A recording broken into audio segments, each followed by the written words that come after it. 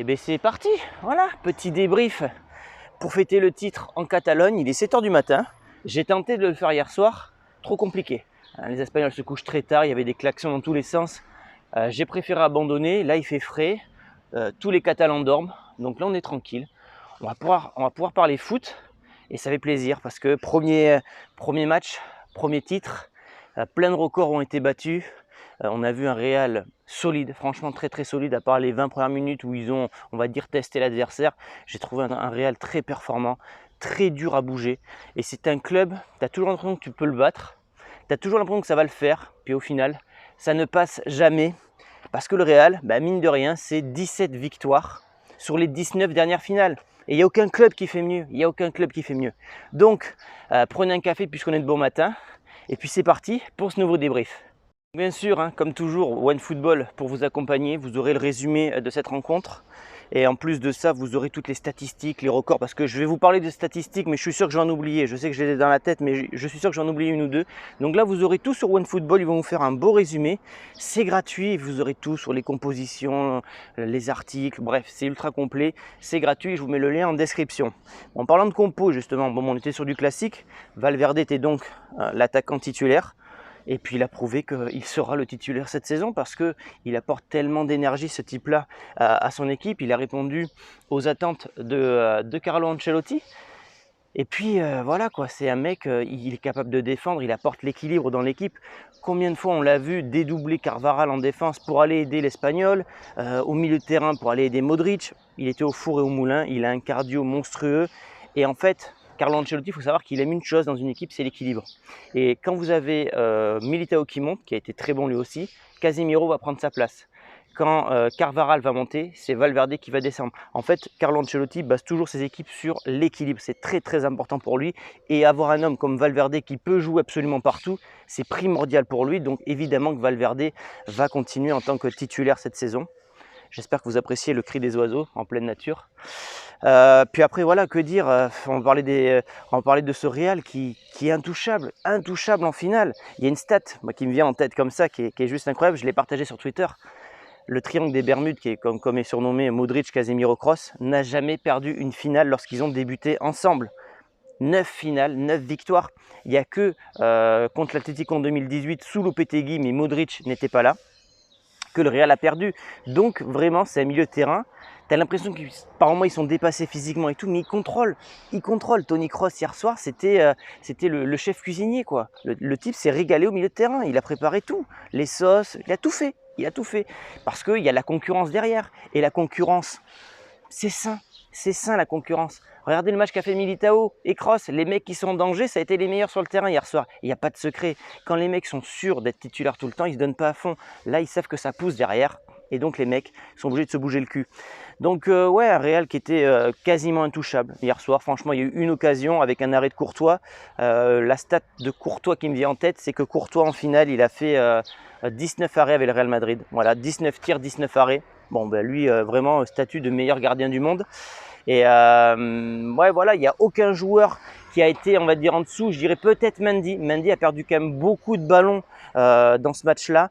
Techniquement, c'est vrai qu'il est un cran en dessous des autres. À part ça, j'ai envie de dire que ce Real-là va être quand même dur à bouger cette saison. Alors, je ne sais pas s'ils pourront faire les 6 titres. Je ne peux pas vous le dire. Je pense qu'ils iront au moins en chercher 3 ou 4. Mais ça va être une équipe qui va être chiante à bouger. En plus de ça, vous rajoutez la mentalité qu'a ce club-là, de ne jamais lâcher, de toujours y croire. Effectivement, le Real, quand tu as une équipe comme ça, c'est très dur de les battre. En plus de ça, maintenant, c'est vrai, par rapport à l'année dernière, ils ont un meilleur banc de touche. Tu rajoutes les Rudiger, les Tchouaméni, les Camavinga qui ont progressé. Je vous dis, le Real va être chiant à bouger cette année. J'espère évidemment que Ancelotti ne fera pas les mêmes erreurs qu'en 2015.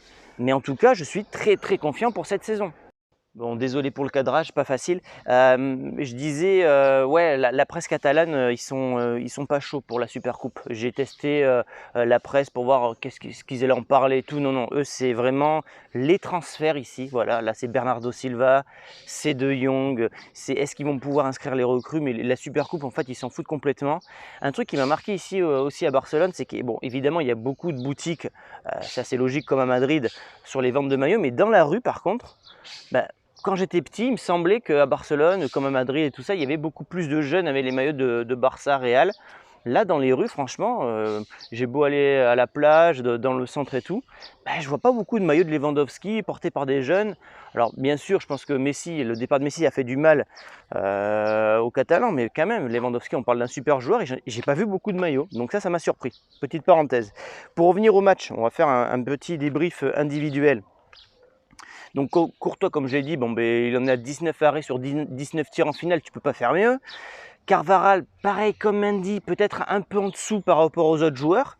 Et puis tu as cette défense centrale avec Alaba, Militao. Et Alaba, Militao vont être très durs à déloger. Donc Rudiger va devoir prouver parce que Alaba déjà ne bougera pas. Il est trop important dans la ressortie de balle, dans l'intelligence tactique qu'il a eue grâce à son expérience au Bayern Munich. Et puis Militao, il se sent en danger le mec. Il se sent en danger. Donc il a sorti un match, une masterclass.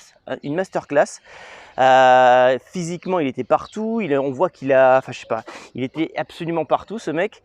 Et beaucoup d'énergie. Dans les duels, il a été très impressionnant. Donc c'est tant mieux parce que je veux dire, si demain tu as un carton rouge, tu as une blessure, etc., tu sais que derrière, tu auras de quoi remplacer. Le milieu de terrain, comme je l'ai dit, bon, ben, il y a Krak-Zemiro, hein, je l'appelle comme ça maintenant, parce que c'est le mec qui apporte le véritable point d'équilibre à cette équipe-là. C'est lui d'ailleurs qui va faire la passe décisive à Alaba. Alaba, content qu'il marque, parce que c'est vrai que l'année dernière, il n'a pas beaucoup marqué avec le Real Madrid. C'est un joueur qui aime se porter vers l'avant, qui aime marquer, notamment avec l'Autriche. C'est un joueur qui joue numéro 10. Donc c'est un joueur qui aime se porter vers l'avant et des fois il peut être un peu frustré de rester en tant que défenseur central. Je sais que quand il a signé au Real Madrid, il voulait aussi un petit peu jouer milieu de terrain et on ne l'a jamais vu à ce poste-là. Donc content qu'il ait marqué. Et puis Kroos, voilà, moi Kroos, c'est un joueur que j'adore. Ça me rappelle un peu Xabi Alonso. Tous ces mecs-là, ils ont tellement un logiciel tactique que j'adore. Donc ouais, très content de voir le match qui nous a sorti. Et puis après, tu arrives au niveau de l'attaque. Évidemment, donc tu as Benzema qui va gagner le ballon d'or, tu lui rajoutes un trophée en plus, c'était son premier trophée en tant que capitaine, il en est à 23 trophées et donc s'il gagne 3 autres trophées cette année, il deviendra le joueur le plus capé de l'histoire du Real Madrid. En parlant de Benzema évidemment, donc il marque le deuxième but, mais surtout il dépasse Raoul, 324 buts et maintenant que j'ai lancé les records de ma tête, ils sont en train de tous arriver, ben, tu as Florentino Pérez, il en est à 30 trophées avec le Real. Donc lui, mine de rien, ben pareil, il va devenir, je pense, le président le plus titré de l'histoire du Real Madrid. Il aura fait la rénovation du Bernabéu. Bon, ben, il sera l'égal de Santiago Bernabéu. Carlo Ancelotti, lui, devient l'unique entraîneur avec 4 Supercoupes. Donc c'est déjà le seul entraîneur qui a gagné tous les championnats européens. C'est le seul entraîneur qui a gagné 4 Champions League. Et donc, quand tu gagnes une Champions League, tu as accès à la Supercoupe. Ben, c'est le seul à en avoir gagné 4. Il a toujours gagné ses Supercoupes. Voilà, donc c'était une soirée record pour le Real Madrid. Beaucoup de records sont tombés et je suis sûr que je vais en oublier et je vais le regretter quand je vais faire le montage. Mais en tout cas, ce qu'il faut retenir, c'est que voilà, le Real est prêt. Vinicius n'a pas été en réussite, mais on a vu qu'il était en canne, on a vu qu'il a pris ses responsabilités et je pense que Vinicius va nous sortir encore une très grosse saison parce que voilà, il a la confiance de l'an passé, il vise le ballon d'or. Je pense que cette année, il sera top 3 ballon d'or si les choses se passent normalement. Et là, hier soir, normalement, il doit en planter un ou deux. Bon, il y a eu un joueur qui a sauvé la balle sur la ligne. Après, il y a eu un arrêt du gardien. Il n'était pas en réussite, mais on a vu un joueur en canne. Maintenant, le seul petit problème que je dirais à ce Real Madrid, c'est parfois le manque de créativité. C'est-à-dire que le ballon tourne au milieu de terrain, mais voilà, ça ne va pas assez vite vers l'avant. Mais parce que le Real n'est pas pressé, le Real est sûr de ses forces et le Real sait qu'il va marquer à un moment ou un autre. Voilà les amis, c'est la fin de cette vidéo. Écoutez, je sais que ça va sortir de bon matin, que mes abonnés regardent plutôt le soir, mais c'est pas grave. Tant pis pour l'algorithme, tant pis pour les stats. J'avais envie de sortir cette vidéo parce que je n'aurais peut-être plus l'occasion de fêter un titre ici en terre ennemie. Là où Florentino m'a donné la mission d'aller chercher des informations pour le Real Madrid. Florentino, la mission se passe bien. Voilà, je vais te ramener un bon dossier. Et tu seras fier de moi. Voilà, donc écoutez les amis, c'est terminé pour cette vidéo. La suite, c'est ce week-end en Liga. Merci à tous ceux qui ont suivi cette vidéo jusqu'au bout. N'hésitez pas à la soutenir donc en la likant, en vous abonnant. Et puis surtout, dites-moi vos tops et vos flops. Quels sont les joueurs qui vous ont le plus impressionné et quels sont les joueurs qui vous ont le plus déçu. Bon, évidemment, dans les déceptions, je suis sûr qu'il y aura Mendy. Dans les tops, je suis sûr qu'il y aura Benzema comme d'habitude. Mais voilà, dites-moi tout ça dans les commentaires. Et puis voilà, je vous dis à très vite les amis. On va finir ces vacances tranquillement. Et puis je vous dis à très vite. Ciao.